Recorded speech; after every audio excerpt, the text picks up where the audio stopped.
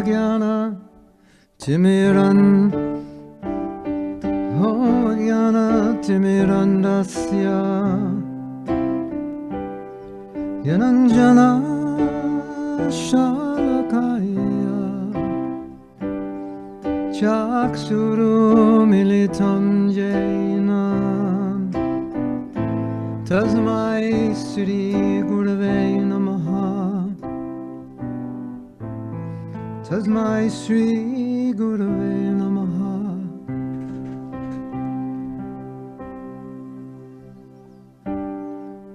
Namo Vishnu Padaya Krishna Prestaya Bhutale Srimate Bhakti Vedanta Shami Niti Namane Shami Niti Namane Namaste Saraswati Deve Gauravani Pacharine Nirvisesa Shunyavadi Paschatya Desatarine Paschatya Desatarine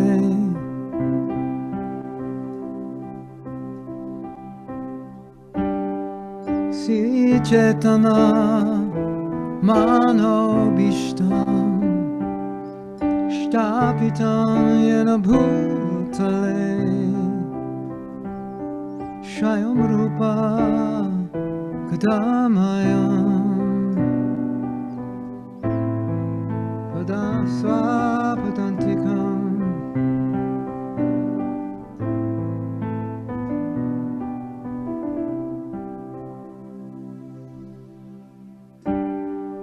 Vanchakalpa Turubhyascha Kripa Sindhu Yaevacha Patitanam Pavanebhyo Vaishnavebhyo Namo Namaha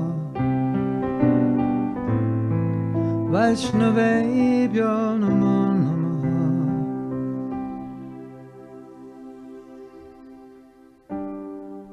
Jayatam Surato Pangor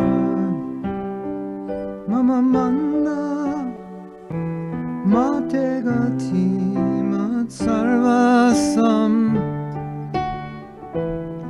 Padam Bojo Radha Madana Mohana Radha Madana Mohana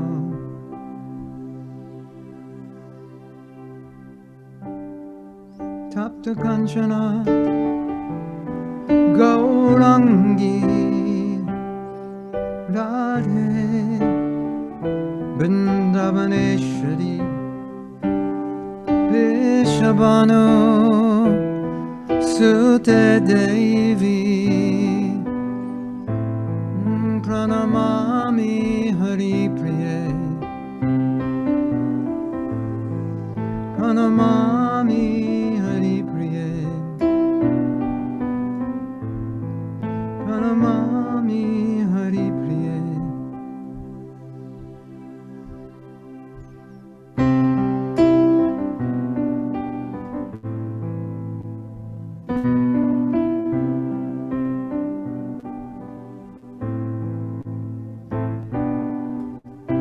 Om Namo Bhagavate Vasudevaya Om Namo Bhagavate Vasudevaya Om Namo Bhagavate Vasudevaya. Om Namo Bhagavate Vasudevaya.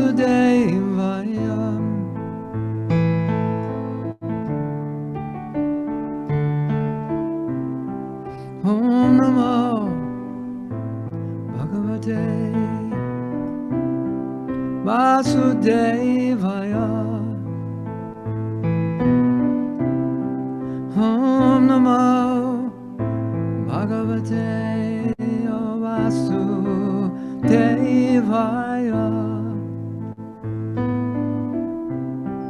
Om Namo Bhagavate Vasudevaya. Om Namo Bhagavate Vasudevaya.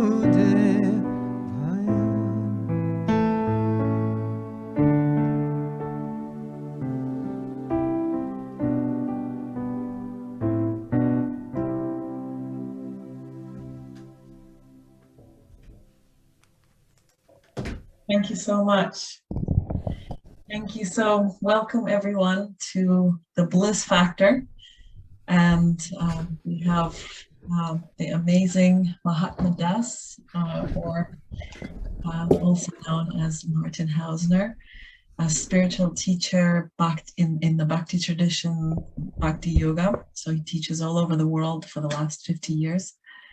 Got an amazing amount of knowledge and experience, and is always eager to share with others. So over to you, Mahatma Prabhu. Okay. Thank you all for coming. We have a PowerPoint. We are making an experiment tonight. So I've given several classes with Kirtan London. We did a workshop. And I don't like PowerPoints. So you're asking, why did you make a PowerPoint if you don't like them? And I actually wanted to try out a PowerPoint, and we're going to test it on you, and we'll get your feedback. You may like it or may hate it, but definitely you will get the information concisely. It's definitely more concise on a PowerPoint, so you will get the information. Whether you like looking at a PowerPoint or whether you like looking at me remains to be seen, because I'm going to be a little head in the corner. And I always felt that people are more dynamic and interesting than PowerPoints, which is why I don't use them. But we want to cover a lot of material in an hour. And the end of the PowerPoint has 10 points of how to apply the principles, which are really, really, really helpful. And so the PowerPoint will help me stay on track and get to those 10 points, because we have, we want to leave like a half an hour for questions, and then we're going to have Kirtan. So I have to knock it all out in an hour. And I have about 6 weeks of information to share with you. It's a big topic. Okay, so let's start the PowerPoint.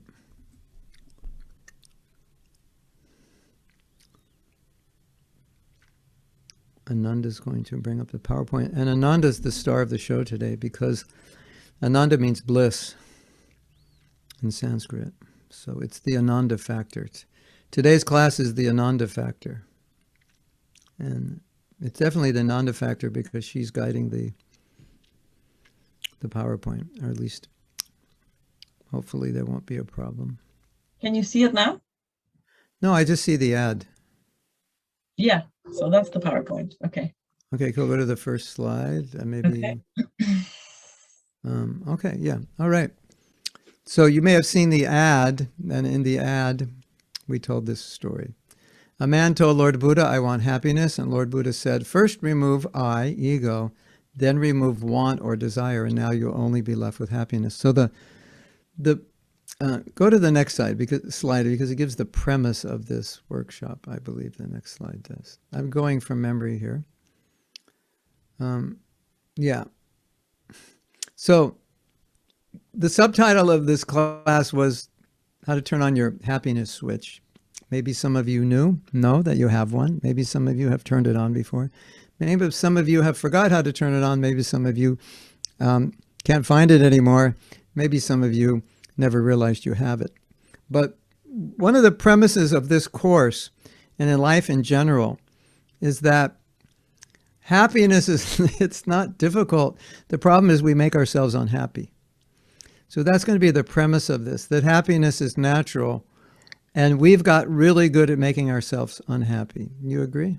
Have you ever done that before? Made yourself unhappy? Yeah, we're really good at it. So the 10 points at the end of this course are really 10 points that will make you happy, but spun around in another way, they're 10 points to stop making yourself miserable. And because as will become evident from this course is the happiness is quite natural. That's how we are created. We weren't created miserable. It's hard to believe that because sometimes life seems miserable, but we weren't created that way. Okay, so can we go to the next slide? Okay, so what is the happiness factor? We're going to ask you, I'm going to tell you, and I want you to grade yourself. The happiness factor is how happy are you when there's nothing to make you happy? Like you're just you. Ah, just me. Oh no. You know, you're in solitary confinement. How happy are you? It's just you. You're with yourself. Like it's your default setting of happiness. When there's nothing external to stimulate your senses, there's nothing external to make you happy. You didn't just climb a mountain, and you didn't just or ski down a mountain, or go mountain biking, or go to a concert, or go to a party, go out with your friends, whatever. It's just you, you know, sitting on the tube, or you walking down the street, or you sitting in your house. On a scale of 1 to 10, give yourself a grade. That's your happiness factor, your state of consciousness. And we're going to try to show you how to elevate that state from whatever it is to a 10 or close to it. Of course, a lot of you know how to do it. But I think this course will be put things in perhaps a different perspective. So give yourself a grade. I have some good news or bad news for you. According to psychology, your state of material happiness is about 50% programmed by your DNA. Did you know that? You ever seen people that are always happy? It doesn't matter what happens. You know those people? Sometimes you don't like them because they're supposed to be miserable like you, and they're not. You know those people? You ever meet them? Like, they're always happy. You know, you can tell them anything bad about themselves, and they just laugh. And, you know, or any disaster happens, and that's DNA or hereditary in some way. And the other 50% you can work on. So some people are 50% kind of miserable already, but you still have 50% you can work on. So some of us have a bigger advantage than others. Some are just by nature happy. I'm sure you met those people, right? Why are you so happy all the time? You shouldn't be happy. I don't know. I just am.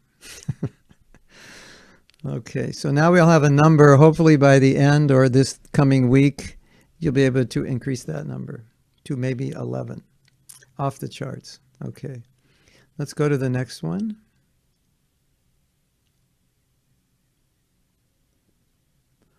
Okay, material happiness. This discussion is interesting because when we talk about happiness, you can talk about it on two levels. You can talk about material happiness and you can talk about spiritual happiness, and they're distinct in many ways. And whoa. Back. Yeah. So, most of you have read Bhagavad Gita. If you haven't, you should read it tonight before you go to sleep. So, in the Bhagavad Gita, Krishna says there's different kinds of happiness within this world. That this is such an interesting discussion. He says there's some kind of happiness that's actually miserable. Like while you're doing it, while you're getting happiness, you're actually suffering. Let's say you like to play a sport, but you have a sprained ankle, but you still want to play. So you're like suffering. You're enjoying the sport, but you're suffering at the same time. It's like both go on simultaneously. Or you're in a relationship and it's, you know, it's hot and cold and sometimes you're enjoying and arguing kind of like in the same breath. That's a certain kind of happiness where it's not pure happiness, because the happiness and the pain, they get mixed up together. Interesting, isn't it? Or it's like you're an alcoholic. So you get drunk enough to be happy, but you're destroying yourself. So there's like misery, you're living on the street and you think you're happy. So the misery and the happiness are mixed up together. So Krishna is saying there is happiness in this world, material happiness, but that's one aspect of it. It's kind of, this third kind of happiness is called tamasic. It's the lowest kind. And that kind of happiness produces a lot of suffering, and it's not good for you, because we kind of think, well, the goal of life is to be happy. So if you're happy, then everything is good. Not necessarily, because you could be a happy alcoholic, and that's not good for you. Or you could be happy doing something that's bad for you or bad for others or bad for the planet. So not all happiness is of value in and of itself just because it's happy. But in our culture, it's kind of like, well, if you're happy and you're not hurting anybody, then cool. You say that in England? Because we say that in America. Yeah. Not hurting, but how do you even know you're not hurting anybody? How do you know you're hurting yourself? You're not hurting anybody.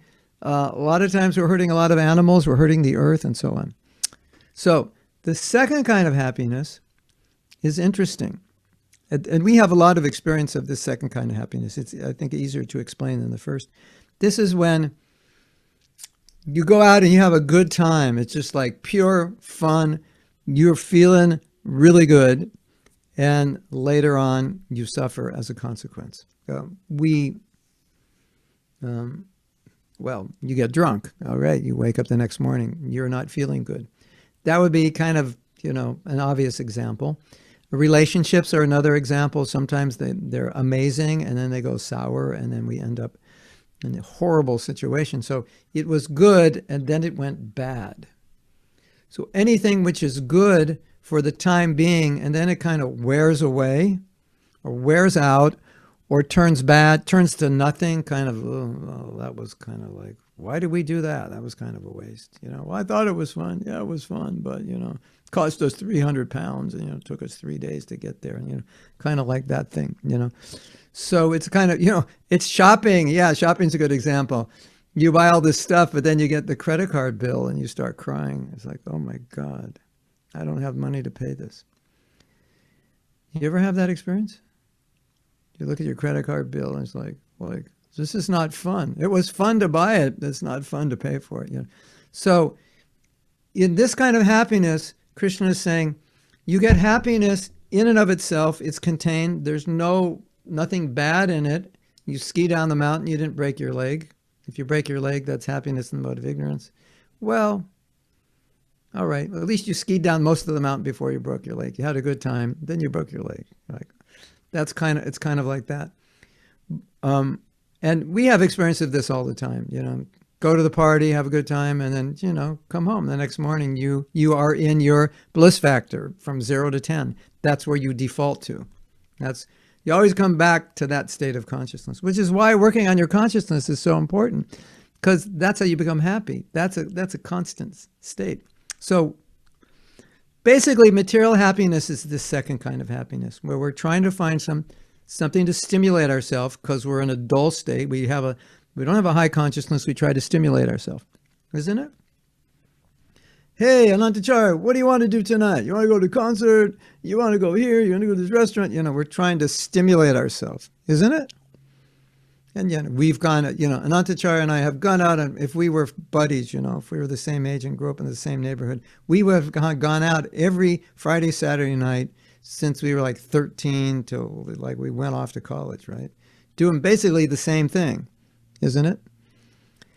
And so we do it, and it's like, yeah, we had a good time, but then you just come back to your bliss factor or unbliss factor, depending on the number. Okay, and then you have happiness in what's called Satwagun. And this is interesting. This is really interesting. I could give a whole hour on this. This is where you make a sacrifice. So instead of impetuously doing something like, I'm going to eat that candy bar, You don't eat it. And like an hour or two later, you're like, I feel really good. My head is clear. I've got energy. And I feel good that I controlled myself. I didn't eat that. I didn't really need it. And I feel good. Or, I got up early this morning and I did my sadhana. I got up early this morning and I read, or I did something difficult. We all experience this when we exercise. You're like, I don't want to exercise. You start exercising. Oh, my legs are burning. Oh, this is too much. But you keep going. And after you exercise, what do you say? I feel great, isn't it? And what did you say before you exercise? I feel like, I can't say the word here because it's not a nice word. I feel like blank, right? And then after you exercise, you say, I feel great. So happiness in the mode of goodness, or Satwaguna, is where you do some austerity, you do some sacrifice. And so you get a little pain first, but then you get ongoing happiness afterwards. You ever done that before? Where you made a sacrifice? You got up early, you did something, and you got it done, and you feel good. And you didn't want to do it, but you did it, and it was hard, but you did it. It's kind of like that. You have to do the school report, and you're like, you can't sleep all night because you hate speaking in front of people, but you just do it. And after you do it, you're like, wow, I feel so good. I'm so happy I did that because now I see I can actually do it. Something like that where you suffer. But it's more doing things that help you spiritually, where you make some, you're controlling your mind, you're controlling your senses, you're controlling your eating, you're controlling your sleeping. And you feel really like, hey, I'm in control. I'm actually controlling myself. You feel really good. That's happiness in the mode of goodness. Now, the reason I'm talking about this is because in the Bhagavad Gita, Krishna is saying, he's not saying there's no happiness in this world. He's saying that if you're not on a spiritual platform, there's no happiness in this world that's going to last, and there's no happiness in this world that's going to satisfy you. Okay, ski down the mountain, for the next, 5-6 hours or 2 days. You are jazz stoked, or whatever word you use in England. What do you use in England? Stoked? Jazz? You have your own word for that? What is it? Someone give me a word. You must have a word. What do you do? I ski down the mountain, and then what? How do I feel? Or I ride, do cross country on my bike, or jazzed, stoked. I don't know. Anyway, you understand, right? So what Krishna is saying, and we'll get into this, he's saying our natural state is Ananda, but because we don't connect with it, then we look for happiness in this world. And we do things that do make us happy, but then we default back. Okay, so we go to the next slide. Does that make sense to you all? Yeah. Oh, wait a minute, go back. Happiness is like food. Material happiness is like food. It fulfills us for a while. Yeah. So I think that's understandable. I'm hungry, I eat. So, hey, what do you want to do? We do it. We have a good time, and then, okay, what do you want to do tomorrow? It's always like that, isn't it? It's like you got to keep filling the belly, otherwise you starve. We have to keep filling our senses. And so while we're doing that, the problem is we're neglecting our bliss, our internal bliss. It's being neglected. Okay, next slide. The good news, happiness is our nature. So most of you know Sat Chit Ananda.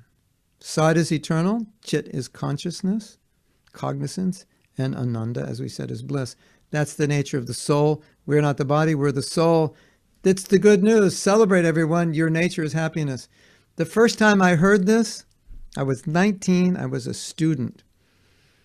I went to a class on Bhagavad Gita, and they said, you are not the body. You are the soul. You are eternal, full of knowledge and bliss. And I said, yes, I knew it. It had to be that. I was so excited. That was the best thing I heard in my whole life, that my nature wasn't to be miserable. And I had this whole problem with dying. It's like, I don't die. I'm eternal. That sounds good. That was like the best news I've ever gotten. So that's the good news. That you are created. Your creator, he's so kind. He didn't create you miserable. He created you blissful, and you and me blissful, and we totally messed it up completely. We alienated ourselves from that nature, And now we're doing all these things to make ourselves miserable. But he didn't make us miserable. Don't blame him. We did it. We did a very good job of it. But he made our nature blissful, which is such good news because we can connect to it again. Okay, next slide, please. Okay, so in one of the ads, I gave the example of the musk deer. The musk deer has a gland. And if you've ever heard of the fragrance musk, if you're in India, you know that they use that in worship in India. They use so many perfumes and fragrances, and musk is one of them. And probably a lot of you have smelt musk and maybe not even known it, but it's quite a unique fragrance, isn't it? It's like, it's not normal. It's special, right? So it's so unique. It's kind of mesmerizing. And so the deer is looking for it. It's in one of his glands, and he's looking for it. And he said, "Where is that fragrance?" You ever walk somewhere and you smell something and you try to find it? So he's like that. He's looking for it. So that example is given that we are like that. We are Ananda. We are blissful. And we're looking for it everywhere except inside ourselves, isn't it? I mean, think about it. Look at society. Where are they looking for happiness? Not inside. Most people are not looking inside. So what happens is when we look for happiness outside ourselves, we alienate ourselves from ourselves because we are blissful and we're looking for it somewhere else. So we alienate. We go away from ourselves. And then we're trying to find it and we don't. And at some point in our journey in this world of life after life, trying to find it, then we get a realization that it's not outside. You ever have that realization? It's not outside. It's kind of like, duh, but it may take 1,000,000 lifetimes before we get to the duh. But once you get there, it's totally duh, isn't it? Isn't it, Veena? It's like, of course it's not outside. How do you know it's not outside? Because I tried for 1,000,000 lifetimes and I haven't found it, and I'm still looking. Okay, so let's go to the next slide. We have some very cool, what I think. This is Alanis what? We missed it. Yeah, Alanis Morissette, Jagged Pill. The first great album she made was called The Jagged Pill. That put her on the chart. She's Canadian. You know her in England? Yeah. I saw this interview with her, which was so perfect. I was writing a chapter in a book on happiness. This was so perfect, so I want to read it to you. I thought that all would be helped and healed and soothed by fame. Because when I became famous, I will be less lonely. I think it means I become. When I become famous, I will be less lonely. I will be understood and I will be loved. And that love will go in and heal my broken parts. Then I came to see it was actually quite isolating. Now, why is this so important? Well, let's go to the next slide. And I think it'll be obvious. This is our friend John Lennon from Liverpool, one of your old men. As a Beatle, we made it. And there was nothing to do. We had money, we had fame, and there was no joy. If John Lennon wasn't happy, John Lennon once said in an interview, he said, we're more famous than Jesus Christ. The Beatles are more famous than Jesus Christ. So, fame, everyone wants fame. And what about money? How much money? George Harrison came to India. He told one devotee, off royalties every day, I get $1 million. Every day. That's 30 million every month just for royalties. So, John, he was getting that also. So look what he says. There was no joy. Alanis Morissette became famous. She thought that would give her joy. That would fill up the emptiness. It doesn't. This is obvious. It just takes time to understand. But I think most of you understand, or all of us understand. But the problem is we're conditioned. So if we're not happy spiritually, then we go for externals, right? In Bhagavad Gita, Krishna says, unless you're spiritually happy, you go outside looking for something. And if outside was going to make us happy, guess what? We would have been happy long ago if it actually works. You know, I had this experience. I was a student at the University of California, Berkeley. We call Berkeley Berserkly. I don't know if any of you have ever been there or read about it or seen it, but that is one extremely liberal, crazy place. And, you know, I was going to school in the midst of the hippie movement. Berkeley is across from Haight-Ashbury, San Francisco, and it was like hippie haven there. And, you know, the hippies are smoking and playing music and just like having a good time. And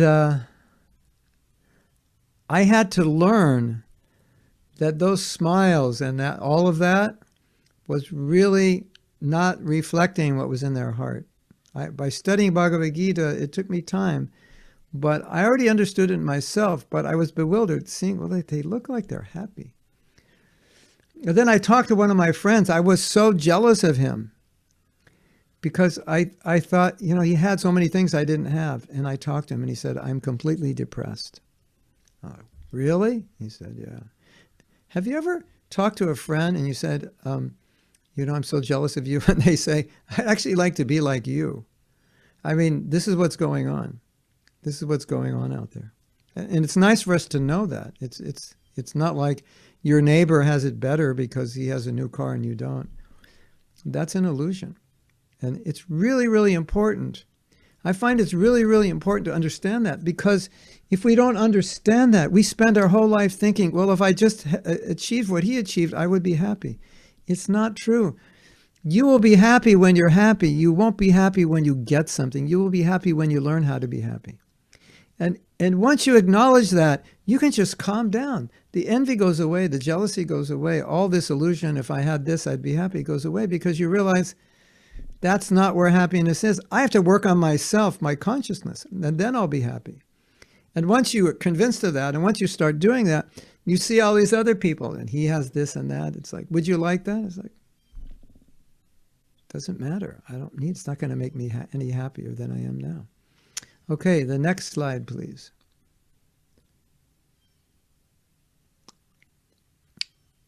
Okay, so here I was saying that the challenge we have is, like, I think all of you understand this. I probably didn't even have to tell you everything I said, but, you know, it helps to review it at least. I think you all understand this. So what's the programming? By growing up in the West, whether it's in Europe or America, what's the programming? More is better.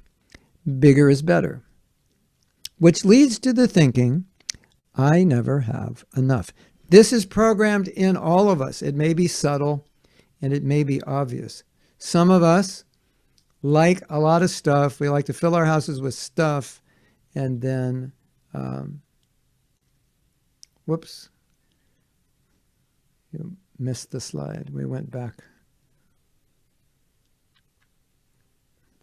So this program is put in, you know, everyone that's at the mall shopping, how many people you think at the mall are buying what they need? And how many people you think are buying what they want? Maybe 99% what they want and 1% what they, I don't think the mall is really where you go to get what you need, is it? You go, you know, you go to the pharmacy, get what you need, or some, you know, some store like that, the grocery store. Yeah. So we've all been programmed. It's important to understand this programming goes on completely. It's totally subconscious and subtle. We don't even know it. But I think we talked about this in the last class. Just seeing people who have things you don't have, it reinforces more is better. Person gets a bigger car, a bigger flat, a bigger house. Yeah, why? Because bigger is better. You know what rich people do? Like, I just heard something that someone I heard this last night. Someone auctioned off a digital art piece. It's called an FTP. It's digital, but it's a one-off, only one, you can't be shared. And he got $69 million for it. Can you believe it? Right? What do you think he's going to do with $69 million? He's going to build a big house, like huge, right? Like 10 bedrooms and, you know, He'll get a manor at least, or maybe a castle, right? Isn't that what people do when they get money? You know what I say to those people? Just because you have money, you have no right to live on more than you need. Because by living on more than you need, you do two things. You are destroying the planet, and that money could be used for other people who don't have enough. But nobody thinks like that because we think more is better, right? I mean, think about it. You inherit all this money, and now, your living standard goes up. You have a house, it's fine, and you get a house 3 times bigger, a car twice as big, or it uses twice the gas. You buy all these clothes you don't need, which means we have to grow more cotton and blah, blah, blah, blah, blah. Isn't that interesting? You like that mantra? I don't have it in here, but I think it's an important mantra. I've never heard anybody talk about it. Just because you have the money doesn't mean you have the right to spend it. Because excessive spending, it's not helping the world. Okay, so this is where we're starting. I understand happiness comes from within, but I've been programmed since I've been a little kid that if I have more, it's better, and if I have more, I'll be happier, and if I achieve more, I'll be happier. Can we go to the... Yeah, okay, so I think you all understand the more we buy that we don't need, the more we're destroying the planet, exploiting the resources of the planet. And then most people, I think after a year, throw away most of the things they buy, and that goes back into the earth, and you're probably all aware of that. The next slide. Okay. Now here's an interesting question. Does someone want to take a guess? How much of what we possess do we really need? Who would like to take a guess? How much do you think? You could just put it in the chat. Like if you look around your house and, there's like an emergency and you just take what you need to live, how much of your house do you think what percent do you think you need? Jai Radhe says 30%. Did Jai Prakash say something? Let's see. 10%, 30%. Vienna says 30%. You guys are getting real close. Rachel, 10%. Maybe the ones who say 10% have too much stuff. Or else they're very renounced, one or the other. Yeah, you guys are very close. I don't think there's an exact number, but in studies that were done, the number was 20%. That 80% of what we own, we don't need. Isn't that interesting? I think that was in America. And America, is so affluent. I'm sure England is a similar situation. The good thing about England is your houses are so small, you don't have room for extra stuff. But we have room. And we have storage areas. In America, there's so much land. So we have like subdivisions just for storage. We have big garages, like 2 cars. Garage, you say garage, big enough for 2 cars. And nobody puts their car in there. They put all their junk, their old exercise equipment they bought and never used, and all the old clothes they don't need, and on all their bikes that they never ride, and blah, blah, blah, right? So yeah, about 20%. Isn't that interesting? That means most people are buying, why are we buying? Because we're trying to buy our way into happiness, isn't it? We are under the illusion that you can buy your way into happiness. You cannot. Okay, can we go to the next one?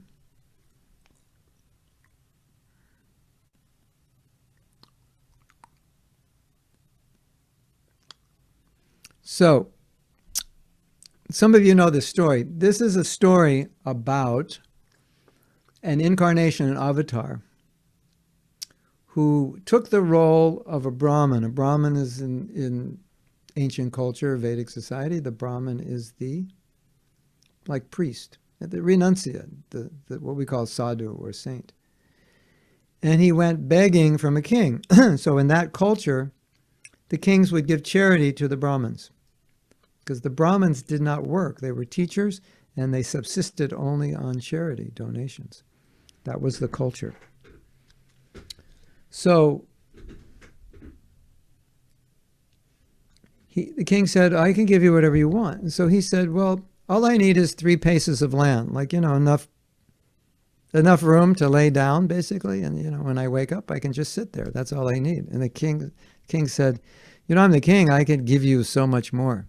I mean, why don't you ask for more? I could give you a whole kingdom. And this is what he said. If one has not learned how to be satisfied with a little, he won't be satisfied even if he possesses the whole universe. Therefore, if I am not satisfied with a little bit of land, then surely no matter how much you give me, I would always want more. Isn't that beautiful? Like, if I can't be satisfied right here, right now with what I have, what's to make us think when I get the big mansion and the big this and I get that job and that I'll be happy? No, go talk to those people who have it. They're not any happier than you are, and some of them are worse off than you are. You want to know why? Because they thought all those things would make them happy. When you don't have them, at least you can remain in illusion thinking, if I had that, I'd be happy. When you have it, there's no illusion because you have it. And if it doesn't make you happy, it makes you depressed. Okay, next slide, please.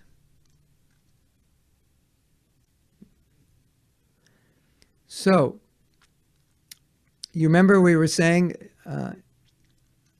that material desire is like eating. You eat and then you get satisfied and then... So this is a verse from Bhagavad Gita, chapter 3:39. Some of you know this verse. The living entity's pure consciousness becomes covered by his eternal enemy in the form of lust, which is never satisfied and which burns like fire. We all have this experience, isn't it? When I first read this verse, I was like, oh my God, that verse is my life story. And it just resonated so deeply. It's like we say material desire is a little bit like a drug. The more you have, the more you need. Any of you have that experience? Like as you go upwardly mobile, you upgrade your living standard, but then it kind of becomes normal. So that's what you need to be normal. Whereas when you first went up, it was like, wow, this is really nice. You have that experience? You kind of get used to it. It's like a new standard. And now, here's your new standard. You get used to it. You got to go up to the next level. Isn't it? Like if you're walking and you get a bicycle, that's like heaven. But after a while, it's like, man, bicycle, I need a motorcycle. So then you get a motorcycle, and it's like, wow, that's heaven. But after a while, it's like, it's cold out and wet and rainy. Then you want a car. And then you get a car. But after a while, you want a better car. Then you want a helicopter. Then you want your own private jet. Then you want to join Elon Musk and go to another planet. I mean, like, where does it end?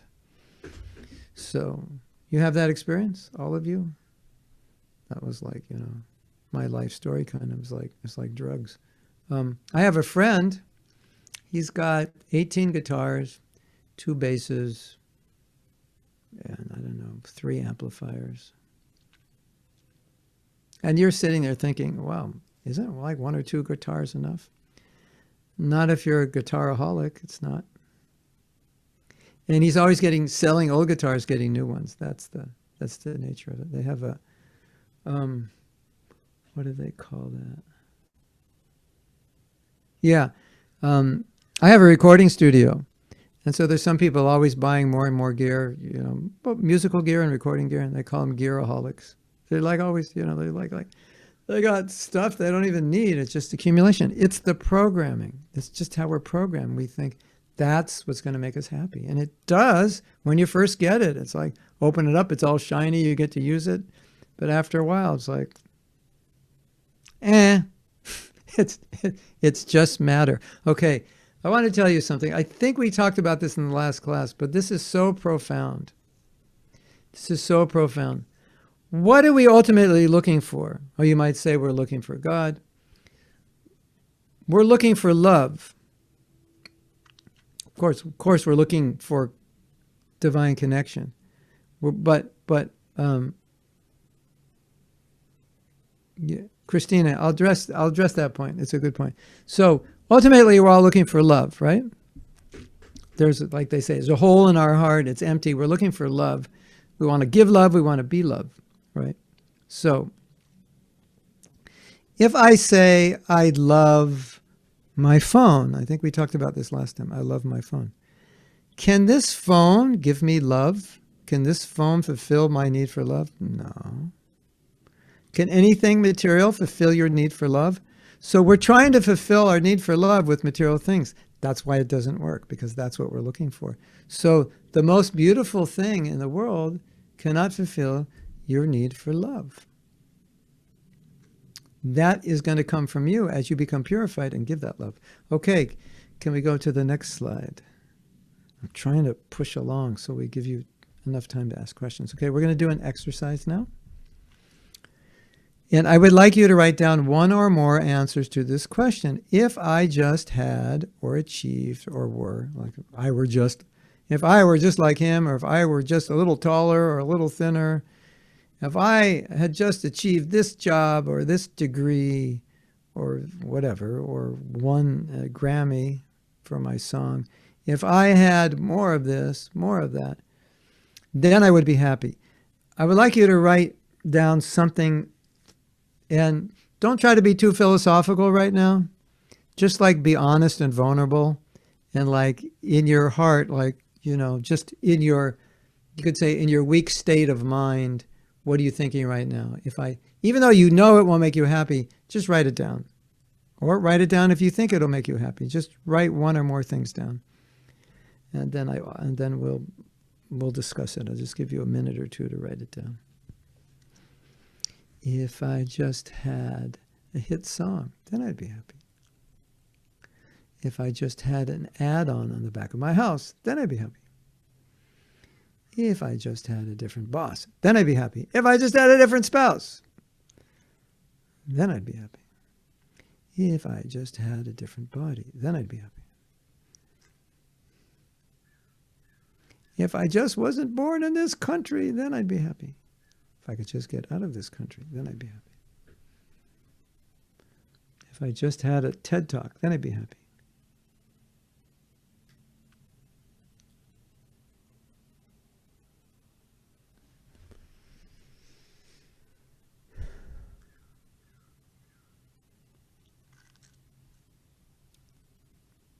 This is such an interesting thing to meditate on, isn't it? Because everybody thinks like this.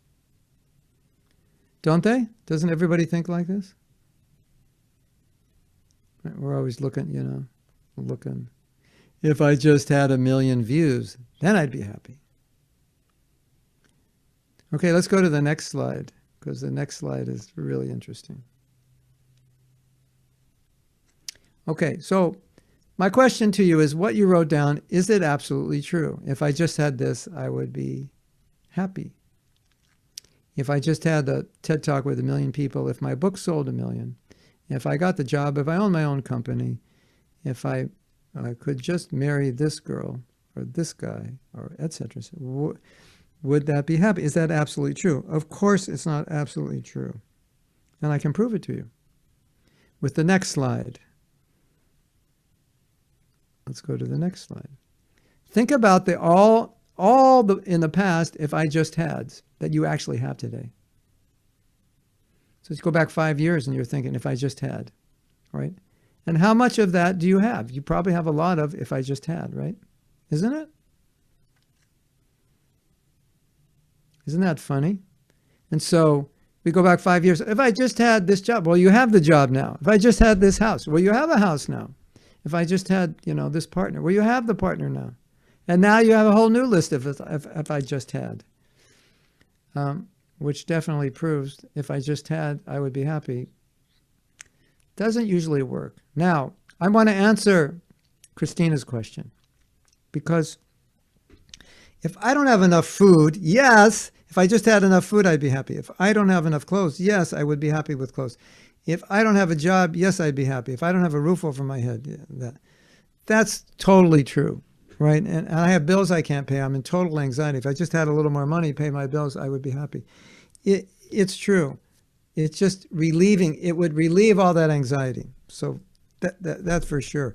But this question is directed towards people who have what they need. So yes, if or you're dying. If I just could live, then I'd be happy, obviously. So this is a more general question that affects us in a more normal day-to-day basis. Okay. Let's push on through. How many more slides do we have? Or what number are we on? Do you see a number? I can go through my slideshow and see.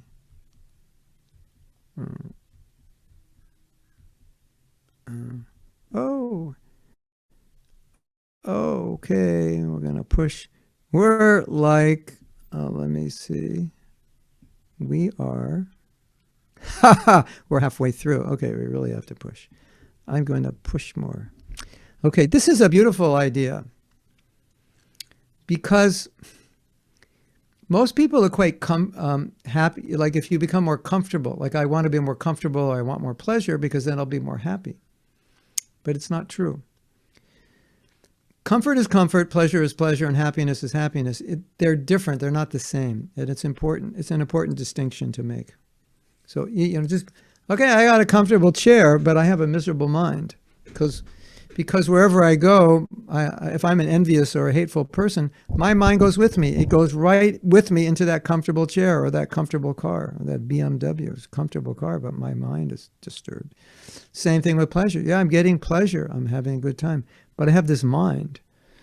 So pleasure is no guarantee of happiness. Comfort is no guarantee of happiness. And definitely no guarantee of long-lasting happiness. It's just comfortable.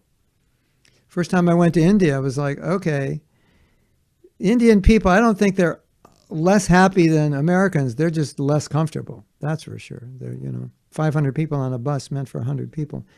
And it's, 40 degrees out. That's not comfortable.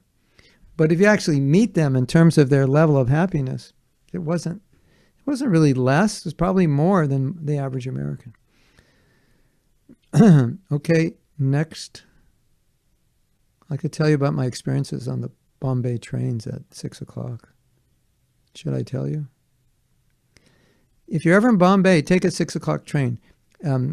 It's total hell. But for the first time in your life, you will not have to hold your body up because you'll be surrounded by people and you can just lean against people. We have to obviously hold our body. We don't realize it takes energy to hold our body up. Till you get a train on Mumbai, you don't have to because you're sardined in. So you don't actually have to hold your body up. It's quite comfortable, actually. People don't realize the sardine express is quite, it's quite relaxing. Okay, think of a time when you got comfort or pleasure, but it didn't make you really happy or even made you unhappy. Sometimes it actually makes us pleasure, as we said, makes us unhappy. So again, no guarantee. Next slide.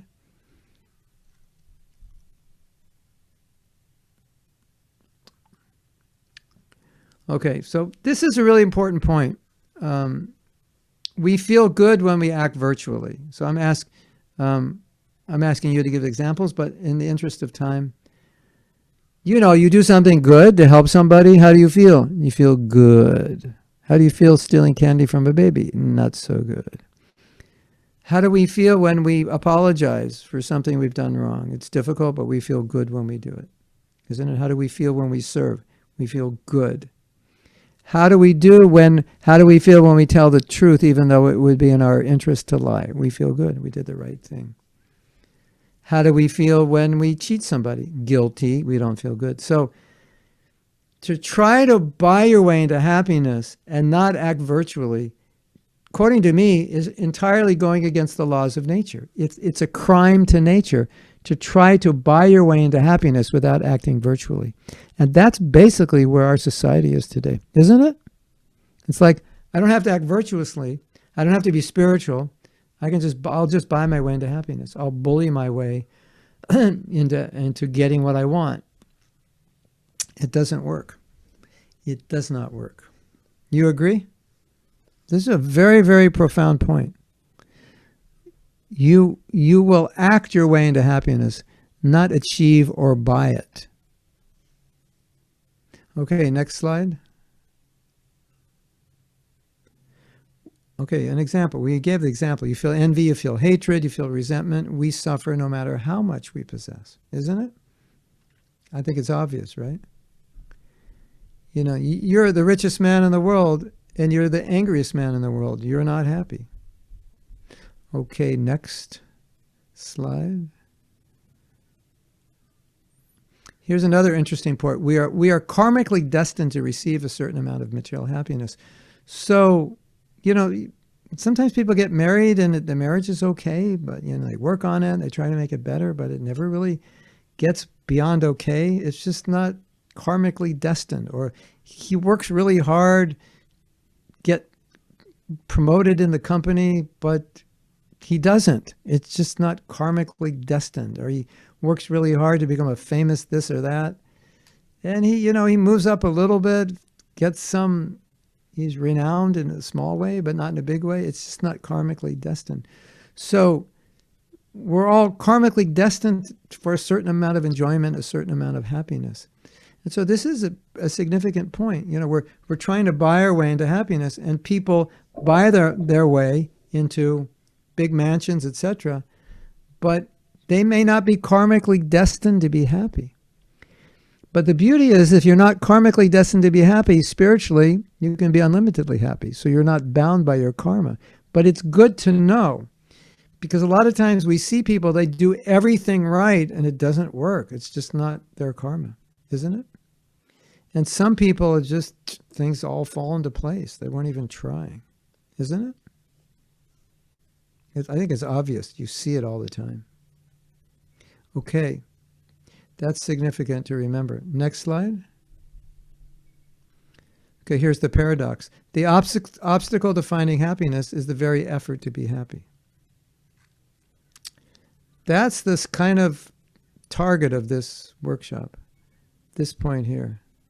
The very effort to be happy is the reason we're not happy. Isn't that interesting? And I think you can understand this now for all the reasons that we've discussed. Have you ever heard that saying or that little story? Happiness is like a butterfly. You try to catch the butterfly and the butterfly flies away, and you'd stop and the butterfly will fly on your shoulder. Have you heard that before? Happiness is like a butterfly. So, now how can we say this? The obstacle to find happiness is the very effort to be happy. Well, if you're not fully happy, I would assume you've been trying, and so I would assume it's not working, which means the effort to find the happiness is actually getting in the way of discovering it. Because you just have to discover it. It's, it's already there. Okay, the next slide, please. So this is a Chinese proverb. Excuse me for the fishing. I don't promote fishing, but it's the proverb, so I'll read it. If you want to be happy for an hour, take a nap. You've heard this from me before. If you want to be happy for a day, go fishing. If you want to be happy for a month, get married. If you want to be happy for a year, inherit a fortune. And if you want to be happy for a lifetime, help somebody else. So the effort to serve, just as in a general sense, service, the effort to serve is how we experience happiness. Greater happiness than we could ever get from trying to get something for ourselves. So can you go to the next slide? The word dharma means service. Service gives us the greatest satisfaction because it's our nature. The nature of the soul is to serve. And that's why service gives us such satisfaction, because it's our essence. So shopping is not our essence. Accumulation is not our essence. Exploitation is not our essence. Service is our essence. And everybody will say the greatest happiness they've ever gotten is from service. But we've been conditioned to be selfish. And that's why we suffer, because we're always thinking about ourselves. Now, we have needs. We have to take care of our needs. There's no question. But once those needs are taken care of, it's service that gives us the greatest satisfaction. Okay, next slide. Ananda is a Sanskrit word that means unending happiness. And I'm going to read to you one of my favorite verses from the Gita. It's on the next slide. See, anda means the end, and ananda means without end. So, and nanda means bliss, and anyway. I'm not a Sanskrit scholar, but it means bliss that has no end. So Nanda, bliss with an end, and Ananda, bliss without an end. So this is Bhagavad Gita, chapter 6, text 20 to 23. In the stage of perfection called trance or samadhi, one's mind is completely restrained from material mental activities by practice of yoga. This perfection is characterized by one's ability to see the self by the pure mind and to relish and rejoice in the self. In that joyous state, one is situated in boundless transcendental happiness, realized through transcendental senses. Established thus, one never departs from the truth, and upon gaining this, he thinks there is no greater gain. Being situated in such a position, one is never shaken, even in the midst of the greatest difficulty. This indeed is actual freedom from all miseries arising from material contact. So the part that I like so much about this, amongst others, one never departs from the truth, and upon gaining this, he thinks there's no greater gain. Could you imagine you achieve a state of consciousness, spiritual consciousness, and you think, this is it. There's nothing that comes close to this. I'm the winner. I've found the treasure. Naturally, your life would be completely different. And then the next thing, being situated in such a position, one is never shaken, even in the midst of the greatest difficulty, because they have the treasure. So this is a beautiful meditation. Can you go to the next slide? Okay, perfect. This is the end of the workshop, and there are 10 things that you can do to ignite your Ananda, your bliss. And you can write them down, or we can send them to you. I think we should send them to you. So these are 10 things I've come up with. Some of these we've already discussed. Number 1, simplify. Give away everything you haven't used in the last year. So you're all going to use everything, right? Because you don't want to give it away. I don't want to use that thing I haven't used in 24 years. I don't want to give it away. Yeah. Give away to what you don't need. Simplify. Our lives are too complicated. They're not meant to be this complicated. I don't know if you're bold enough to do it. Number 2, appreciate. Be grateful for your present circumstances and what you have. There are others who have less than you, who envy your position. So this one man had no shoes, and he wasn't bothered by it. So people would say, why aren't you bothered by the fact you have no shoes? And he said, well, some people don't have any feet. So I'm like way better than they are. So material desire and that hankering is fostered by this consciousness that I'm lacking. There's something missing. And we were saying, we're spirit soul, we're blissful. Like, what's missing? So appreciate that as a spiritual being, I'm full. And appreciate, I already have so many things. By God's grace, I have so many things. Isn't it? Okay, the next one. Get off your ego trip. Give up the need to be right. Ladies and gentlemen, if you want to be happy, don't try to be right. The two don't work together. You probably know that. If you've lived 20, 30, 40 years, you know this is true. You cannot be happy if you're trying to prove yourself right. You can be happy if you're trying to understand other people. But if you need to prove yourself right, you're going to be very unhappy. I will give you a money-back guarantee on that.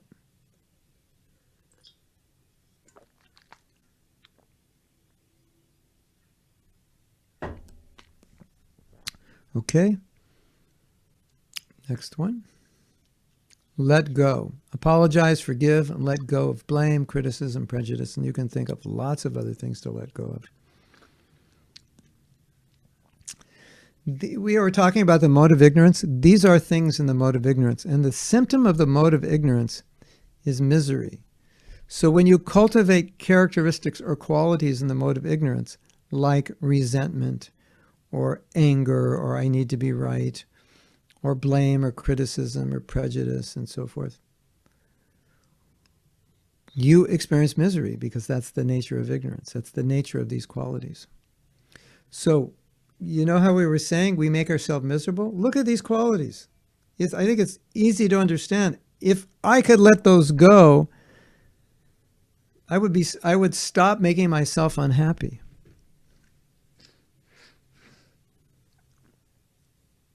I think one of the greatest the greatest sources of unhappiness is jealousy and envy. Isn't it? It's so painful. It's like I can't accept myself because I'm not like them. And so I don't like them because I want to be like them and I'm not. It's kind of like, it's almost like we're doing some kind of suicide to ourselves. Like we don't want to exist in this form. It's extremely painful. We don't have to do it to ourselves, but we do. Because we're really good at making ourselves miserable. And if you think your mother-in-law makes you miserable, you think your spouse makes you miserable, ultimately, we're much better at it than they are. And when you acknowledge that to be true, then you can really improve yourself because you really understand, well, they're making my life miserable, but I'm letting them make my life miserable because I'm not forgiving and I'm not apologizing and I'm blaming and criticizing. I think this is really clear. Okay, we can go to the next one. Practice virtues. To feel good about yourself and act badly is a paradox. And as I said before, it's a contradiction to the laws of nature. The world doesn't work that way. That's why our society is so messed up, because we're trying to fight natural law in our effort to be happy. Isn't it? We're going upstream. Okay, the next one.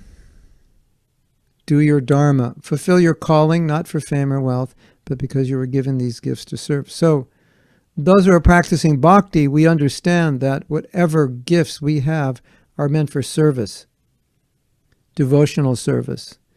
But specifically, we're serving not because we're trying to get something from it, because when you serve to get something from it, you pollute the service.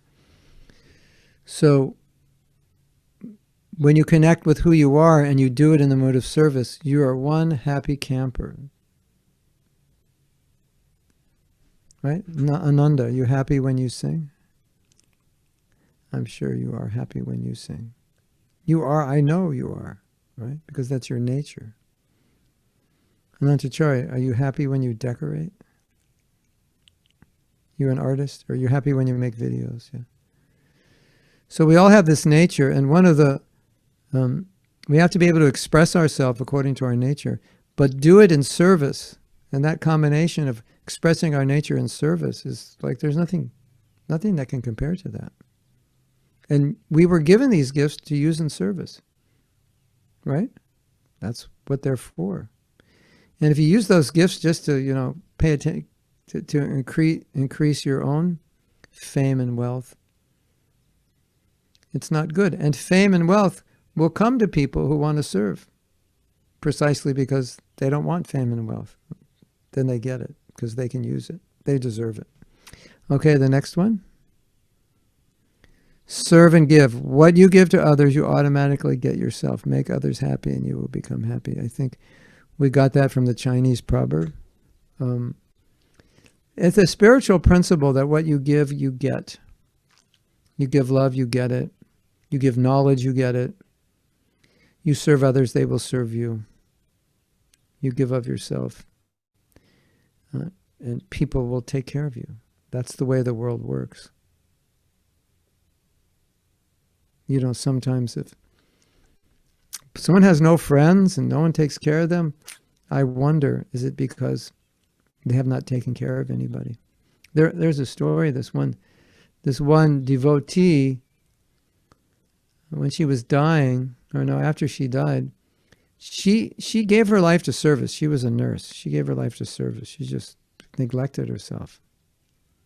And her spiritual master said, she was born that way, with that nature. And he said, in my lifetime, I will never serve the way she served.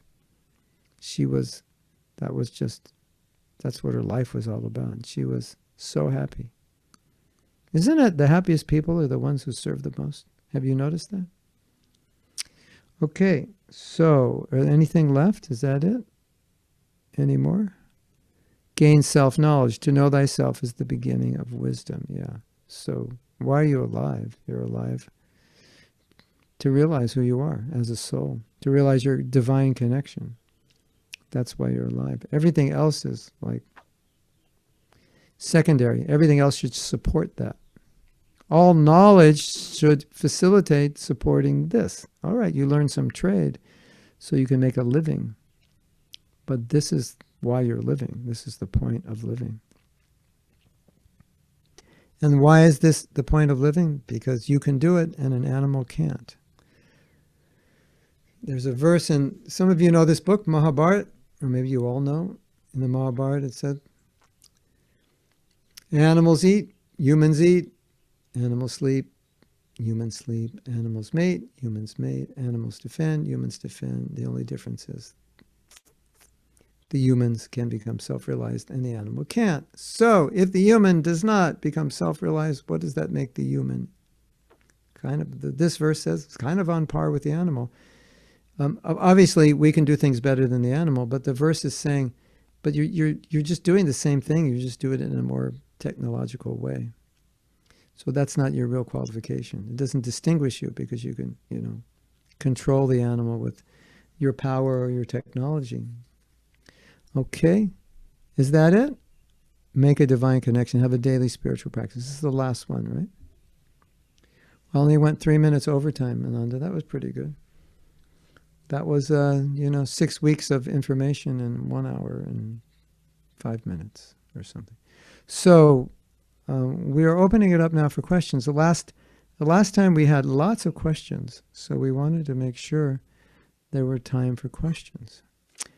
So Christina has a question. Can I speak? Yeah, speak. Hello, everyone. I just wanted to clarify my comment before. I think maybe I didn't express myself right.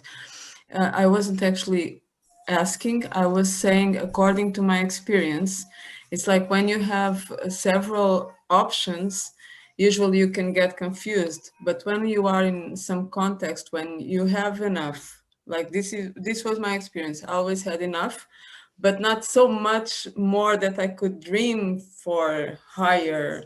So that can make things easier because you have what you You'll need. never get it. You don't get so anxious, but you also cannot desire to upgrade something, have a bigger car, have a bigger. So maybe it's more difficult when people have so many capacity and they keep on dreaming. That means we should all move to Portugal because there's not much upward mobility there, and then it's easier for our spiritual. Well, you can either get like angry because you envy others that have, or you can get happy because you have a simple life that allows you to. Yeah, exactly. So it's that was the idea. We only got to 9 steps. There's one more step? No? Or I said there were 10 steps? Or I don't know. Hold on a second. Were there 10 or 9? Let me check. There's 10. How did we only get to 9? I think we did everything. There were 10. Yeah. That point about karma. That's the point, Christina, that's the point. Like you have your karma. So you're going to, you can go so far, but a lot of people don't like their karma, and that's where the dissatisfaction comes, And especially nowadays, because everyone is so beauty conscious. So like, why did I get this body? why didn't I get the other body? You know, the more beautiful body, or the stronger body, or the smarter body, or the, isn't it? And everyone in Sweden is thinking, wow, I wish I had black hair and dark skin. And everyone in India is thinking, I wish I had blonde hair and blue eyes. You know, it's just. In Portugal, we are all mixed up. We're all And then, mixed. well, you know, in India, they put on cream to make their skin lighter. And in America, they put on cream to go out in the sun and make their skin darker. So it's like, you know, what's better, lighter or darker? In the late 1800s, they would take medicine to make themselves fatter because that was considered beautiful. Because poor people were thin. So if you were fat, it meant you were rich. So that was like prestige. You walk around with a big belly. It's like, hey, it's like wearing a gold chain. Hey, I'm rich. Look how fat I am. And you're thin. It's like, oh, you're a peasant. You just eat like simple food. You can't get fat. Isn't that funny? Did you know that? And I don't know who was it, what's her name? Esther Lauder? I don't know, one of those cosmetic companies. She went out on a boat cruise somewhere, and, you know, she was in the sun, and she came back with a suntan. And then all of a sudden, dark skin became the big fashion. But prior to that, dark skin was not a fashion because dark skin meant you were a peasant working in the fields. Isn't that interesting, ladies? I find it so interesting. Styles are so interesting. And so now, you know, previously all the dark-skinned girls were like, oh my God, I'm so unfortunate, it's bad karma. And then when dark skin became good, they're like, oh, I'm so fortunate, I have good karma. No, your karma didn't change. Society changed. And your mind changed. You know, so that's this. Anyway, it's an interesting point. You know, be satisfied with your karma. That's like, you know, you can't, you know, it is what it is. Isn't it? Yes? Do you ever wish you could do something better than you can do it? And just like, and you realize, you know, I've been practicing this my whole life. This is about as good as it's going to get. And then like some 5-year-old does it, and you're like, that's not fair.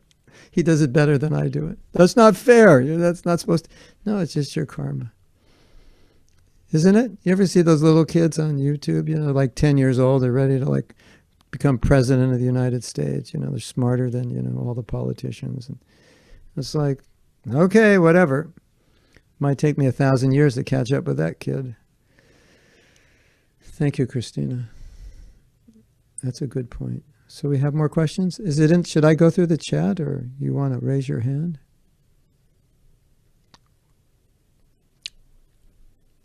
Were there questions in there or no? There was no more questions in the chat. Does anybody want to ask a question?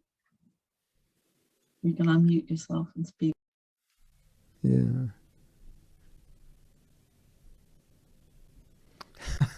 I rushed through just so you could ask. Hare Krishna.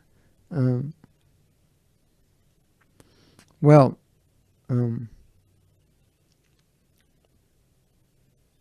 could talk a little bit about, okay, Veena has a question. Hare Krishna. Hello, Veena. I just wanted to say, you know, when we strive, like people strive to have an ambition of some sort, they're always striving for something.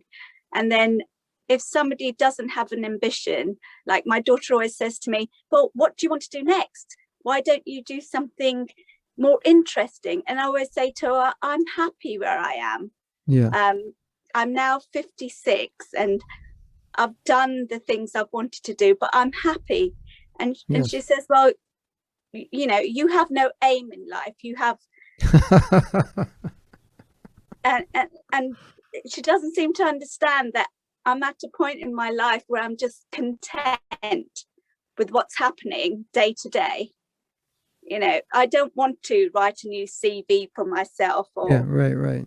You know, something's wrong with you. Just looked upon as being. Yeah, well, that yeah, it's exactly because that's where that just shows how the young people have been conditioned by society. You want to hear something funny, Veena? My father was in his my father in his last years of his life, he had, the clothes he had in his closet were the same clothes he had in his closet when I was a kid, like 40, 50 years earlier, right? And some of those clothes he had in his closet were from before when I was born, before he was married, right? And he had a good business and he had a good income, so money was never a problem. And my sister would say, your clothes are so old and so out of style, why don't you buy new ones? He said, what for? They're all good. Because he came from a different generation. So he wasn't manipulated by pop culture and he goes, they're perfectly fine, they work. What's the problem? But the young generation is like, look at every style changes. You're wearing last year's style. You're completely out of it. I don't want to walk with you down the street because people laugh at me. So that's my whole point. That's what's going on. Have you, I was watching once a little documentary on cotton, and this new fashion every year, it's exploiting the earth because we have to grow all this cotton and it's so many chemicals are used and, it's, I don't know the details, but it's polluting the earth just to grow, we don't need all these clothes, they're like 80% of your clothes or 90% you don't wear. I think you wear the same 10 things every month out of the 100 things in your closet. So, we've all been programmed like this. Even though we may be doing bhakti, we may be doing spiritual life, still, we're programmed like this, isn't it? We're affected by it. And so it's good to be aware of it. And I think, what you said, you're satisfied. That's a good sign. That's vanapras. That's what you do when you're older. You retire. You give away things. You don't accumulate. And our ambition is to share, we share with other people what we learned, our knowledge, and that, we can accumulate anything for that purpose. But for ourselves, what do we need? So the other point is, though, when you're younger, you need to accumulate to a point where you're satisfied. If you don't eat enough, then, you go hungry the whole day. So we need to have enough so we can say, I'm satisfied. But if you eat too much, you get tired. So material accumulation is just like eating. You know that point when you should stop eating? That point? You're actually still hungry. Here's a little knowledge, a little health knowledge. If you are full when you finish eating, you've eaten too much. You should actually be a little hungry. And that hunger is the fire that will digest it. But if you eat and after you eat, you get sleepy and you're having trouble writing your emails because your mind just shut off. Probably you ate too much or you ate the wrong thing, but probably too much. So if we just eat enough, we maintain energy. We eat too little, we're hungry. We eat too much, we're tired or we're sick. So we need to accumulate things. We have a certain standard. But beyond that, that's when you have the problem. When you go beyond what you need. That's where it creates all this negative energy. And then the depression comes in because all that doesn't help you. But getting up to what you need, it does help you because you need that for stability. But beyond that, it's just fluff. And it's just, I'm trying to be happy because I'm not finding it in my spiritual practice. So then I have to find it somewhere else. Isn't it? Which if you find it in your spiritual practice, then why do you need it anywhere else?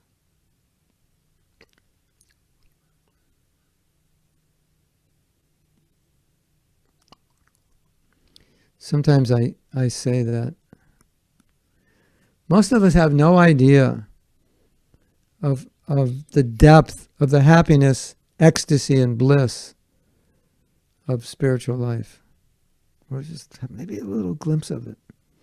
And a lot of that for us is just becoming free from the material miseries. Like if I become free from some pain, I call that happiness. Friday night is happiness night. Why? Because I don't have to work tomorrow. So it's a relief from pain. And that's mostly what people are doing. Or, if you're really good at forgetting your misery, you call that happiness. I went today on a walk. I forgot all my problems. It was so great. I'm sure the walk was great, but it was greater to the degree that your problems were forgotten.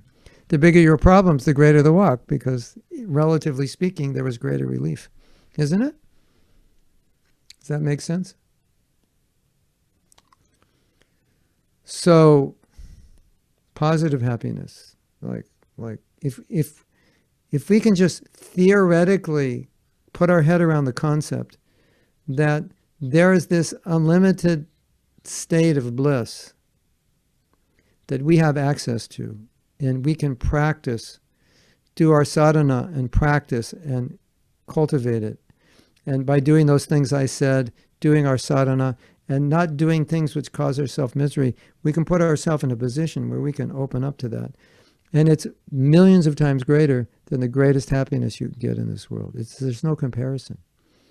That we need to understand, because if we don't, we'll always be in this illusion somewhere in the back of our head or a little hole in our heart and saying, if I just had this, it would fill the hole. That hole of love, it's not going to fulfill it. Things do not fill the hole up. They don't. They can plug it up with a Band-Aid temporarily, but they can't fill it. Isn't it? You all know that, don't you? I hope you know that. Yes, Christina. If nobody else has questions, I don't want to take place to nobody. Anyone else have a question? Because Christina could ask all night. So she wants to give you first choice. That's my reputation. That's okay. Go ahead. So I was going to ask you, do you agree? We are speaking about this because we all have our amount of experiences, and we've been through some experiences that showed us this, and now we can get this knowledge. Because like as a mother of a teenager, like since she was 13 maybe, she would come and like, I have to cut my hair, like the whole world is completely upside down. If I don't cut my hair, I'm totally miserable. And if I would come to her and say, that will not make you happy, blah, blah, she wouldn't understand. So only now that she did this several times and I let her do, and then in the end she feels that, oh yeah, I'm not that better, she starts to understand. So is there another approach that you could tell us? Do we really have to go through these stages when we are teenagers, or there is a possibility to approach them and make them understand without raise them in Mayapur or Vrindavan, then they'll understand. But otherwise, if they're growing up in this culture, you may have to expose them a little bit to it, because you have to learn through experience. That's the experience of the Amish people. When their children are about 18, they kick them out of the house and they say, go do whatever you want. Party, get drunk, whatever you want, just do it. And then decide if you want to live this lifestyle or that lifestyle. And most of them come back because they don't like it. But I think they found out that that illusion would be in their head that that's better unless they actually did it. So sometimes you have to do it. It's not like we recommend people go out and do whatever you want. Yeah.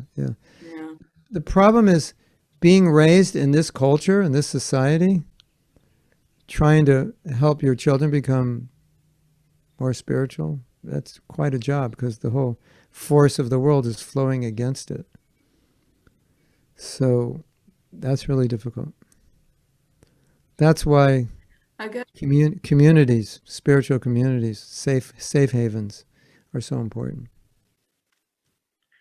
I guess what I do is that I let her have the experiences, and in the end, I kind of show her the whole meaning of it, so she can take like the right understanding and learn something out of it. But you really have to make them go through it and then help to take the right conclusion. So now with 16, she's better. Thank God. Really? That's good. You're lucky. She's smart.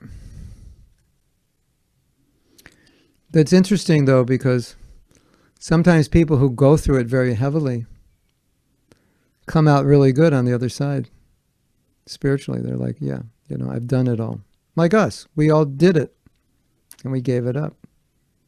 And sometimes people who are raised as devotees, raised in Krishna consciousness, or raised in some spiritual environment, they didn't get it, so they hanker for it. Because it's all around them, and it looks like this is making people happy. So it's a real challenge. There is a lot of karma in there also, right? Like in A lot of karma in there. yeah. Own We all person. have our nature, yeah. How did you feel when you read Bhagavad Gita? Kind of like this was your book? Did you feel like that? Me? You're Anybody, yeah. Oh, okay. Anybody. Well, you have the stage, so you can answer. Like, did you feel, like I have a general question, because this is how I felt. All of you who read Bhagavad Gita, my question to you is, did you feel like when you were reading it, like you already knew it? Like something like it was like, yeah. Did I read this book before? I don't remember, but it seems quite familiar, yeah. That probably means we read it in another lifetime. As I was listening to Urmila, some of you know Urmila, and she said when I read Bhagavad Gita, it was like I already knew this. And it was exactly how I felt. So I'm assuming that probably most people who take seriously spiritual life, that's how they feel. Yeah, this book is like, it's like, this is my mind and heart in a book, but I couldn't write it because I didn't really know exactly what I was, the feeling, I couldn't express it, and now it's expressed. So yeah, that is from the past, definitely. And so, you know, it's a nice meditation. If you're doing spiritual life now, it's a nice meditation that I'm just taking up where I left off, and I didn't complete it, so I might as well complete it now because I didn't complete it then, rather than thinking, well, you know, some lifetime. What's some lifetime? You already, you know, blew it last lifetime. So, you know, why blow it again? Isn't it?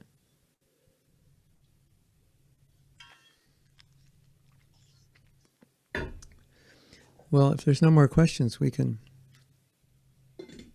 I have one last question. What if the thing that we think that's going to make us happy is more of an internal thing or psychological thing? If only I could be, I don't know, stronger or more grateful or more willful or knew what I wanted, or well, like, or what if I could grow better, if I was better inside? So it's not something to accumulate, it's not something to necessarily acquire or achieve even, but it's something more internal, and that kind of feels like that's making me unhappy. I'm lacking that quality. I don't think there's anything wrong with that, but I would ask the question, why?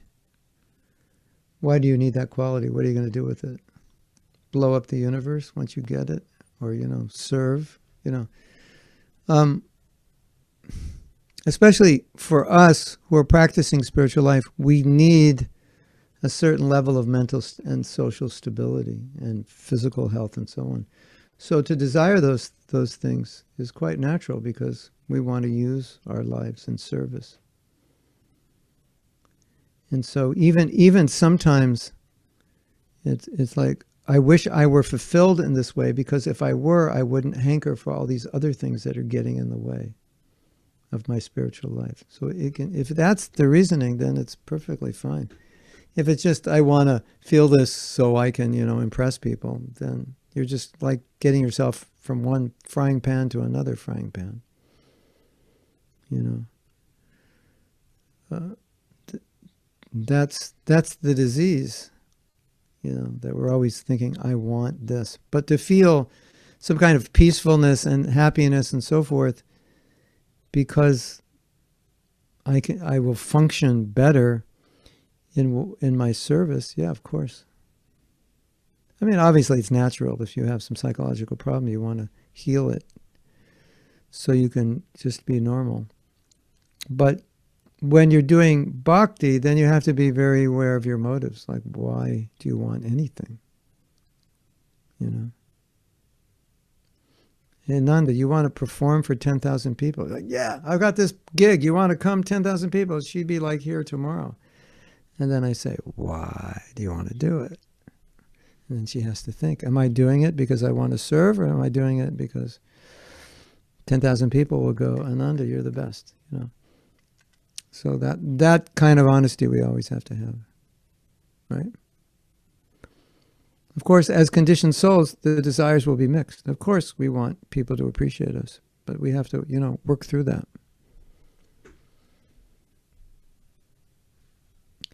So then the question, we have a question for Ananda. So Ananda says, actually, let's say for the sake of discussion, you say, actually, I like to be, appreciated by people. But then Ananda says, but this is such an opportunity for service that I don't want to deny it, because I think I could help people also, and I'll focus on helping them. So then you process it, right? Because, every time you're in front of people, it's an opportunity to get some applause or an opportunity to serve. Oh, I'm in front of all of you. I can serve you, right? Krishna, Krishna. Oh, one more question. How do you pronounce your name? Hare Krishna, Charna. Charna, from Italy. No, from Serbia. Oh, Serbia is from Serbia. Balkan. Yeah.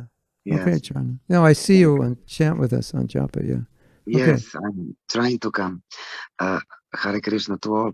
I want to ask, is it wrong? We have these questions if I just had this and that. And a few minutes before this course, I was just in anxiety and really becoming crying like, Krishna, why I'm living here in the center of this city, why I'm not outside, why I have this television business, I want to quit, I want to surrender more, I want to read more, I want to chant peacefully. So this is this wrong to wish that, or what? For example, I want more freedom for my practice, because somehow or another I'm squeezed in this position. So is this wrong to ask to wish these things for advancement, or how can I say? Not necessarily. Not necessarily. It could be it's a good desire as long as it's practical. Like, let's say you could retire. Let's say you had enough money, you could retire now, or you could do some other occupation, and we would give you more freedom. That would be a good choice. It's the right desire. It's the right way to think. What will facilitate you best is what you want. But it has to be practical also. Because if you just give up everything and then you have nothing, then it's pretty hard to practice when you're living on the street, right? Okay, I have some 2 apartments. I can sold one and go to some village, I don't know, and the other to rent, for example, I don't know. I mean, if I knew your particular details, I could tell you more. Okay. It depends. It depends what you're doing and how you can adapt to it or alter that, and could that be used? Is it working for you or against you? But the general principle is you always want to create favorable situation. Well, I'll give you an example. It's not the example I just gave you, but George Harrison, he met Prabhupada, my spiritual master, and he said, should I move in the ashram? Shave my head and move in the ashram? Because that's what he was feeling, maybe a little bit like you. He was feeling, I just want to give up everything for service. And Prabhupada said, no, continue doing what you're doing. So for him, that was better to continue, but you can adjust what you're doing so it's more conducive, but continue doing what you're doing. Because that was best for him. Plus he obviously had tremendous influence on people. And he was, bringing people the Maha Mantra and spiritual knowledge. So, it depends like what you're doing, what your influence is, what's getting in the way. It's like juggle all those things. So, but if you want to talk privately, we can. because that's the best I can say for now, because I don't know the details. That's the Okay. general principle.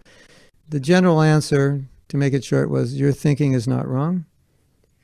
But if I knew the details, I could give you a 100% guarantee that it's not wrong. But in general, it's not wrong. But practically, maybe there's some things. Okay. Thank you, Hare Krishna. You're welcome. Thank you So- so much. So we'll do kirtan for the next 15 minutes. But before we start kirtan, I just wanted to say big thank you for tonight's workshop to Mahatma Prabhu. Big thank you to all of you for coming and for your questions. I think this was a really important and interesting topic. If you have any further questions, do feel free to email us. And I'm just going to share screen for a couple of minutes to announce what's coming up in the next couple of weeks. So today's talk was the Bliss Factor, and that was wonderful. And we have this link tree / Kirtan London, which is the link for all of our events. So every month we put the schedule of the events there, or with all the links to register. Right now, all the events are online, but hopefully from May 17th, we'll be able to at least start meeting up outdoors. So we'll put some details up on this link going forward. Twice a month, we have a wonderful podcast on the Bhagavad Gita. We mentioned the Bhagavad Gita tonight quite a few times. So please join us. Madhva and Chintamani have wonderful, entertaining discussions, churning their understanding of the Gita. You can send in your questions. You can send in also your realizations, that they can include that in the discussion as well. So every second and fourth Wednesday of the month, we have a podcast that's called Journey to Joy. And it's on our Kirtan London YouTube channel. And you can find the link in that link tree / Kirtan London. Okay, this Friday we have Mantra Lounge, which is a Kirtan evening with Shyam Govinda, who is our resident monk in London, and he's a wonderful Kirtaniya. Also has some cool stories to share and lots of wisdom. So this will be a wonderful evening where we can listen to some kirtan. We can also connect afterwards, after the kirtan, connect with each other, have a little bit of a discussion, meet each other. And on the 26th of March, we have a very special online concert to celebrate it's a very big occasion in the Bhakti calendar. It's called Gaura Purnim, and we're celebrating it by having this online concert with from people all over the world. Danya, Shrikala, and Jess are from the US, and myself and Jake will be representing the UK. Anyway, it'll be a wonderful evening, so please do come along. 26th of March, 7 to 9 p.m. And Mahatma Prabhu runs an amazing, highly acclaimed course on forgiveness that hundreds and hundreds of people have taken this course already and received really good feedback, really good reviews. So please do check it out at satwag.org. And we have a special discount code for Kirtan London if you want to sign up, Kirtan 108. And one last point is, if you haven't signed up to our newsletter, please do. KirtanLondon.com, you can sign up there. We send up a newsletter once a month with all of our events and some updates. There's some music videos and nice tracks coming out from our Kirtan London team. So we put that all in there, and you can check that out. We have an Instagram page if you haven't seen, a Facebook page. Please do join, like us, follow us. share with your friends. So that's it for tonight. And now, please, Mahatma Prabhu, lead us in some kirtan. Let's let go and make a divine connection. I have a drummer with me.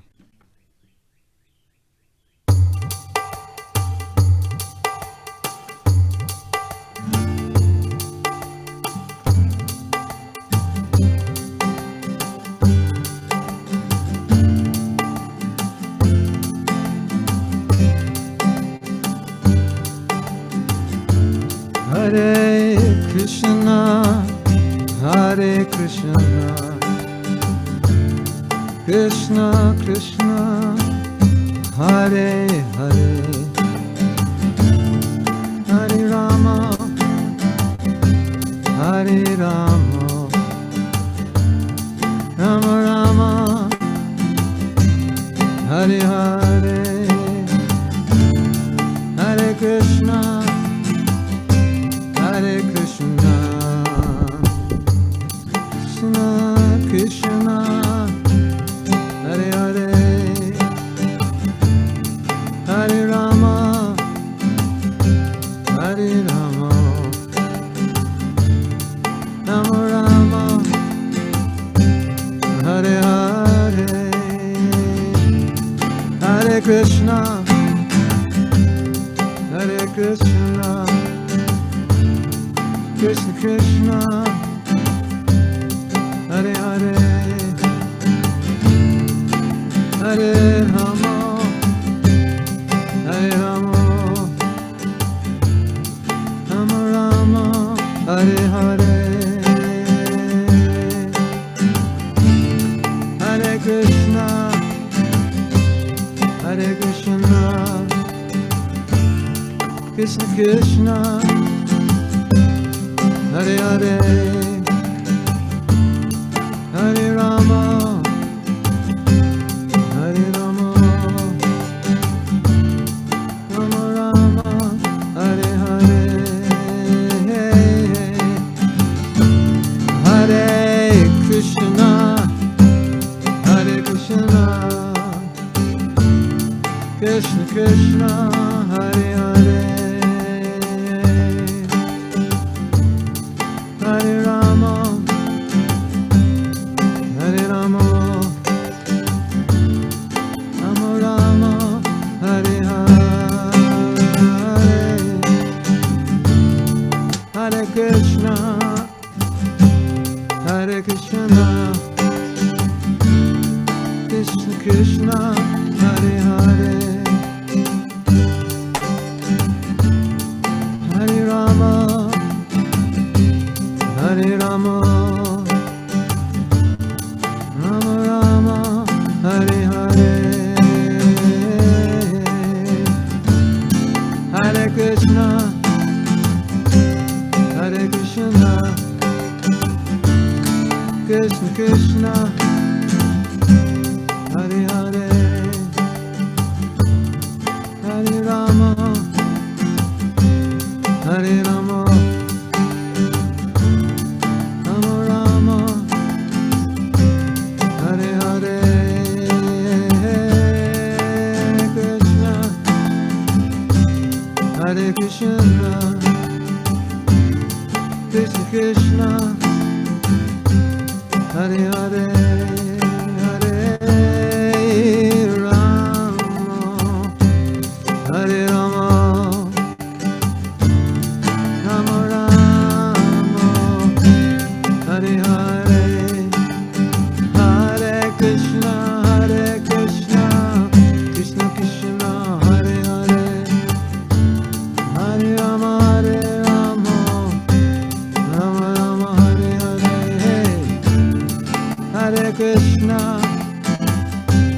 Hare Krishna, Krishna Krishna, Hare Hare, Hare Rama,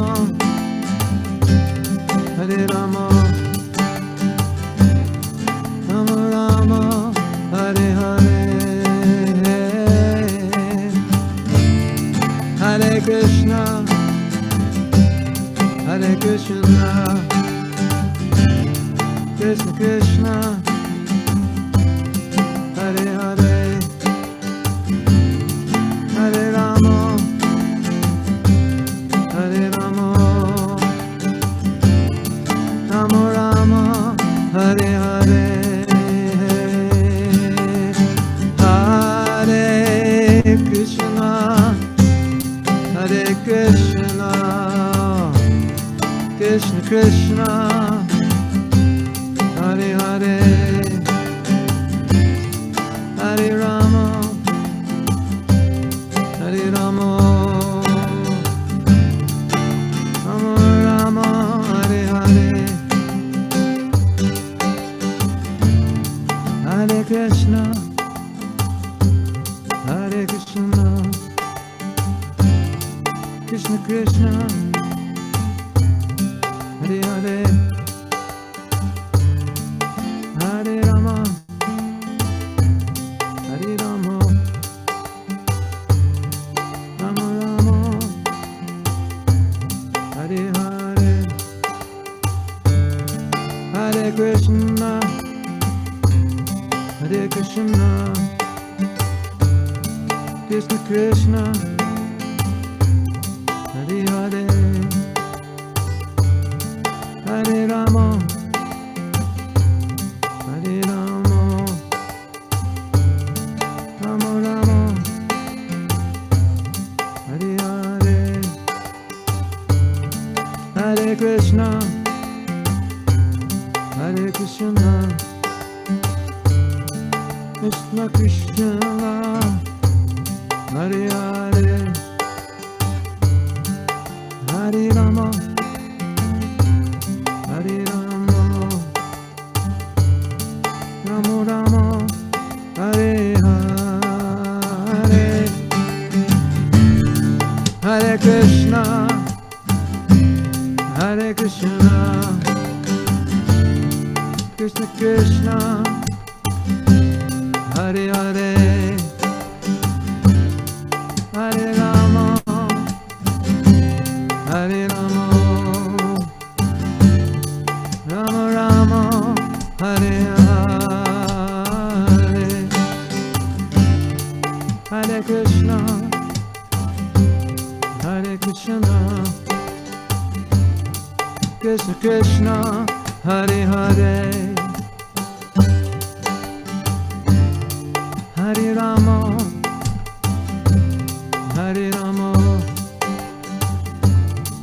Rama Rama, Hare Hare. Oh, Hare Krishna, Hare Krishna, Krishna Krishna, Hare Hare,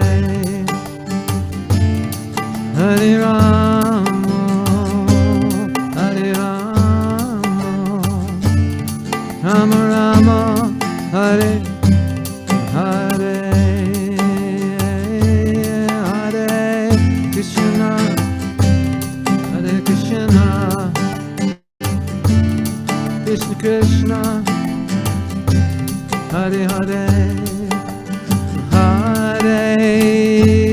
Rama, Hare Rama, Rama Rama, Hare Hare. One more time.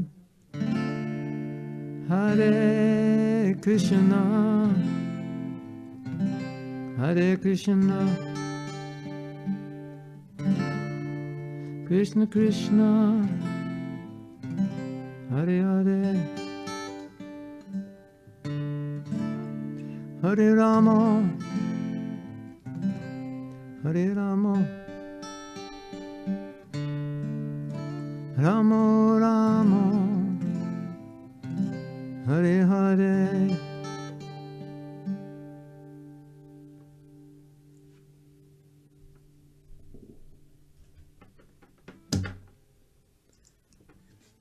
Hare Krishna. Jai. Thank you so much. Thank you. That was an ecstatic kirtan, really blissful. The bliss factor is right there. It's in the kirtan. Yeah, yeah. I Now think you know that's how to do it. That's gonna be the 10th step. Come to Kirtan. Yeah. Come to Kirtan London. 10th step. Yes. Thank you so much. Thank you all for coming. And yes, we hope to see you at Kirtan on Friday.